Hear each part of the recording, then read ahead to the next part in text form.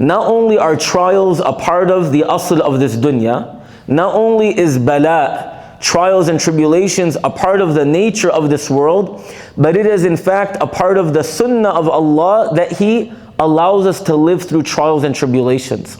And that's why one of the ulama, he says, the greatest comfort for the one facing a trial and tribulation is to know that Allah is the one that's trying them. If anyone else was trying you, it would perhaps make you uncomfortable. But to know that it is Allah Azza wa Jal that is putting you through these trials and tribulations is a comfort to know that Akramul Akrameen and Arhamur Rahimeen, that the most generous and the most merciful is the one that is putting you in the path of these trials and tribulations. And one of the greatest realizations that a believer can have is that these trials and tribulations are always an invitation back to Allah Azza wa Jal.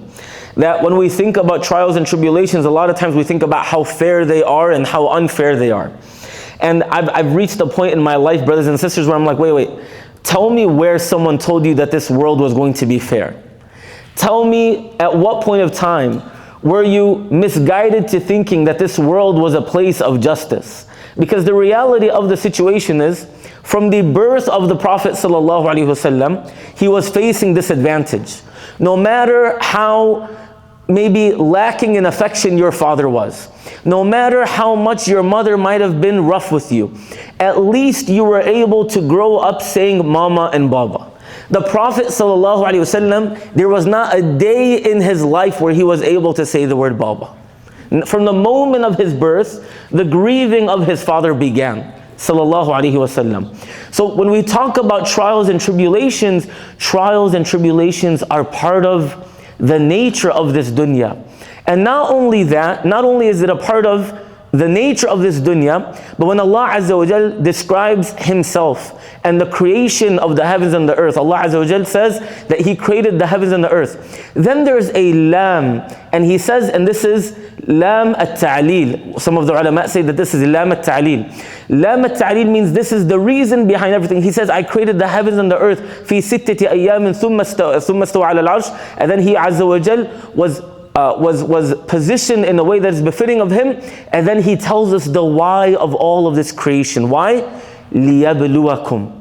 The entire premise of why you are here, the entire basis of my existence and yours is to be tried and to be tested. And Allah Azza wa Jal says in another ayah, لِيَبْلُوَكُمْ فِي مَا آتَاكُمْ, that He will try you with what He gives you, and He will try you with what He takes from you. He will try some people with wealth and others with poverty. And the rich are a test for the poor, and the poor are a test for the rich. And the healthy are a test for the sick, and the sick are a test for those who are healthy. And those who are powerful and dominating are a test for the oppressed and the weak. And those that are oppressed and weak are a test, a trial and tribulations for those that have power and domination. So it is not to say that life has tests. This is a misconception. Life does not consist of tests. The entirety of life is a test. But it is that the test evolves in life while you are evolving in life. So at every moment of life, you are being tried one way or another. Ta'akhur, right? The delay of things. And in fact, the word ta'akhur, many of the ulama, including Imam Ibn Ata'illah rahimahullah ta'ala, he says it's not actual delay. It's the deception of delay. The misconception that there was a timing that was better than the timing of Allah Azza wa Jal. So it's not even that anything is being delayed, as much as it is that you had a perception or a notion that something would have been better at a particular kind of like time of events. But Allah Azza wa Jal chose His own timing. And subhanallah, Imam Ibn Ata'illah rahimahullah ta'ala, he says, لا يكن تأخر أمد العطاء مع الإلحاح في الدعاء موجبا ليأسك. Do not allow the delay of Allah Azza wa Jal giving you, do not let it lead you to a state of despair. Why? Even if you find yourself begging and begging and begging, that Allah, I asked and I asked and I asked, and it's delayed and delayed and delayed. Mujiban liyasik, don't let it lead you to a point where you have no choice but to be in a state of despair. فَهُوَ ضَمِنَ لَكَ الْإِجَابَةِ فَهُوَ ضَمِنَ لَكَ الْإِجَابَةِ. What Allah guaranteed you is that He will answer. Allah Azza wa Jal is the author of your story and mine. And if you were to author your story exactly the way that you want, and you were to look at your version of your life, and Allah subhanahu wa ta'ala's version of your life, I swear to you by Allah, in the house of Allah, in the night of Allah, every single time ila yawmiddin, you would choose Allah's version of your life instead of yours. Because Allah's version of your story is perfect. It's not free of pain. It's not free of adversity. It's not free of difficulty. But it is a story that not only gives you the dunya, it is a story that guarantees you the akhirah. Maybe our greatest concern is that we get what we want. Maybe our greatest concern is that we achieve the things that we want, instead of our greatest concern being who we are with Allah Azza wa Jal. And that's why one of the famous ad'iyah that's attributed, subhanAllah, to many of the righteous is ad'iyah surrounding the reality of not making the dunya your greatest concern. Allahumma la taj'al ad-dunya akbara hammina. Oh Allah, do not allow this dunya to be our greatest concern. Is your greatest concern the dunya? Part of why we become hopeless in Allah is because our primary and ultimate goal is the success of this dunya. And subhanallah, the believer is not forfeiting the dunya, but ready to let go of the dunya for the akhirah. To study the track record of Allah in your life. Really, just like to think about the history of Allah Azza wa Jal in your life. What is the history of Allah subhanahu wa ta'ala in your life? Did you ever think about that? There's a love story between you and Allah that can never be forgotten. And nobody knows this love story as much as you do. The love story of Allah Azza wa Jal fashioning you in the womb of your mother. The love story of Allah Azza wa Jal exiting you not knowing a single thing. The love story of Allah Azza wa Jal being present the moment you took your first step. You know, cute little you as a baby, right? With a poopy diaper. Like learning to say mama and baba the first time. Allah Azza wa Jal being there with you every moment, the moments that you know of and the moments that you don't know of. When you look at the track record of Allah in your life, you will be left with nothing but full itmi'nan, full trust and full serenity and full tranquility, knowing that you are in the best of hands. فَمَا بَالُكُمْ. What then do you think if we look at the track record of Allah Azza wa Jal, not only in your life, but the life of the people around you. How Allah Azza wa Jal has given resilience to the people of Gaza. How Allah Azza wa Jal has given strength and tenacity to our black brothers and sisters in America. How Allah Azza wa Jal has placed courage in our Uyghur brothers and sisters. How Allah subhanahu wa ta'ala has fed the most hungry of people, sometimes with their souls, even when their bodies haven't been fed. This is the history of Allah. This is the track record of Allah. What about then if you not only look at the track record of Allah in your life, and not only the track record of Allah subhanahu wa ta'ala in the life of those around you, what about the track record of Allah with His prophets and messengers? What is the history of Allah with them?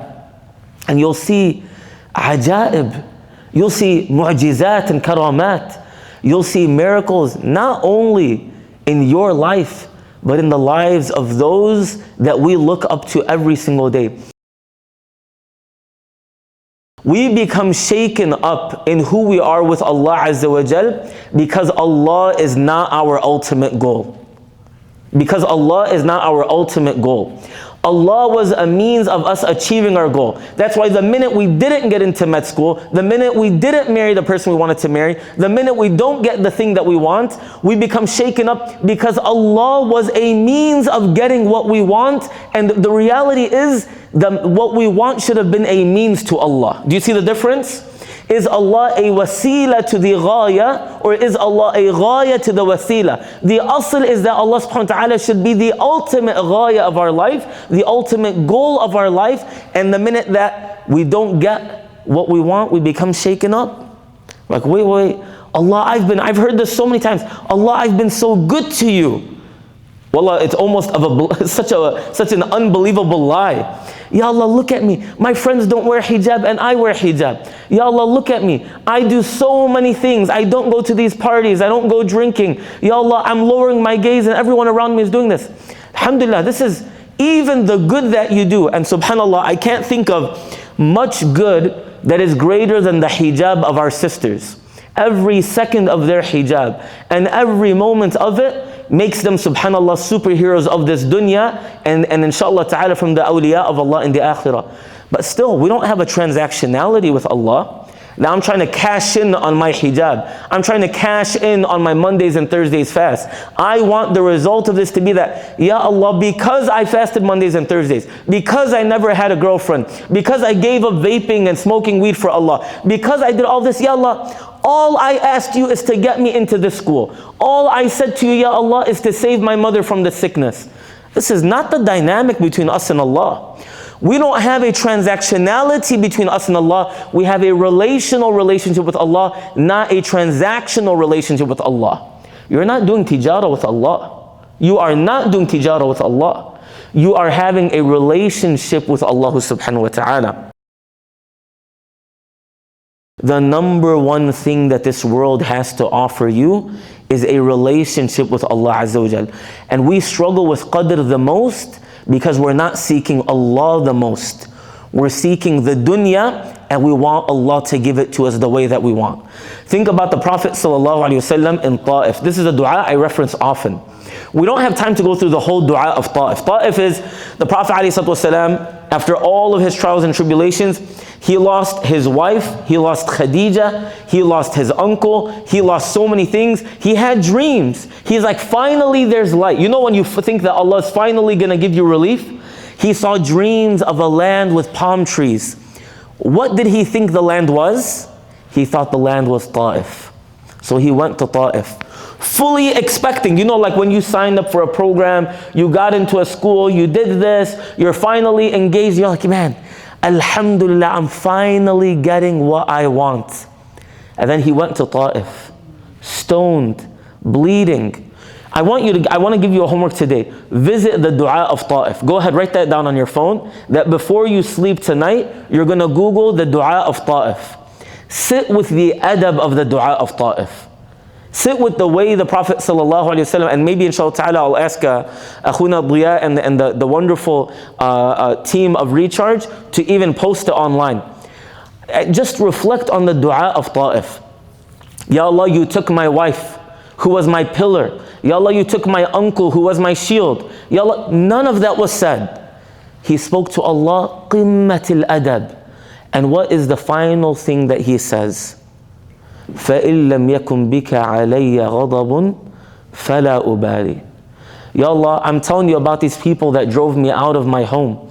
Ya Allah, I'm telling you about these people that I went to seeking refuge and they stoned me and insulted me and attacked me and I'm bleeding. Ya Allah, I don't even know where I will go from here. But if none of this means that you are angry with me or displeased with me, then I don't even care. Ya Allah, if none of this means that you're displeased with me, Ya Allah, yes, I was driven out of Mecca. Yes, I buried the people that I love the most. Yes, the people that are my family insulted me. Yes, the people that were hosting me drove me out with stones that allowed me to bleed and my thawb is drenched with blood. But as long as this doesn't mean that you're displeased with me, then none of that even matters. Because all that matters is who I am with you. All that matters is who I am with you. فَانظُرْ أَيْنَ أَقَامَكَ. So it's not only that Allah Azza wa Jal gives you gifts in the trial itself is a gift. And maybe Allah Azza wa Jal put you in the trial so that He can give you those gifts in the trial. And if the only thing that you gain from the trial is a better relationship with Allah Azza wa Jal, then you got the best thing that a trial can give you. Allah Azza wa Jal allows us to experience trials and tribulations is so that we can learn to be desperate with Allah. Let me ask you something, my sister, and wallahi, my brother as well, I tell you this with my heart. How comfortable are you being desperate with Allah? How comfortable are you begging Allah? How comfortable are you being broken with Allah? Very directly, are you comfortable? The Prophet ﷺ would sometimes raise his hands like this in his dua. What a statement of how miskeen you are, faqir you are with Allah. That in the battle of Badr, the Prophet ﷺ was raising his hands like that so much that the shawl that he was wearing fell to the ground. Sayyidina Abu Bakr ran to the Prophet ﷺ. He placed it back and he hugged him. And he says, Ya Rasulullah, Allah will not abandon you. Allah will grant you victory. Look at that desperation with Allah. The Prophet ﷺ was saying, Ya Allah, if you do not give success to this fi'ah, to this small group of people today, then who will worship you the way that you ought to be worshipped? Be broken with Allah, be desperate with Allah.